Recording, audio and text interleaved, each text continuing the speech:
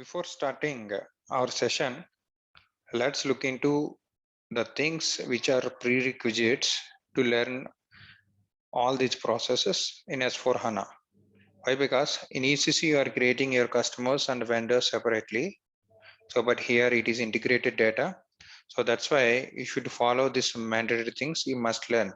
So I'll just attach BP master data, how it's supposed to be created for customer and vendor. Step 1. Step 2, material master data creation in S4 HANA. Okay, so my way of teaching explained in two steps. One is at consulting level, and second one is end user data creation. So this part, I'm just making it as a separate course for consulting level. For end user level, I'll just create a separate course for all these processes. What should you know? Like being an end user, you should know the master data creation and the middle master data creation, that is sufficient.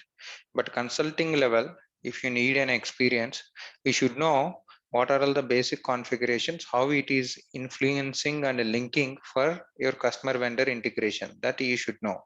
At the same time, material master data, if you know, that is fine, and you should know the stock posting.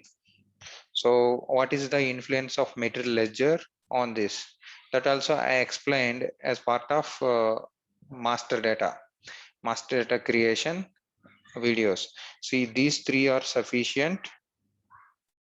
Apart from that, in ECC, how you are creating in the similar way, you can able to create your condition master data. Okay, this is for your pricing. So this is step 4. So all these are all the prerequisites. You should know these processes, but these processes on ECC already I have made a video. Like, the process starts from cash sales to consignment sales. If you go through this, I think these two are not a big deal for your learning. So, but if you thorough with these course, so being an consultant, you can able to work any one of the project. Maximum these are the processes will be there. I think these processes might be useful for your interview also while discussing.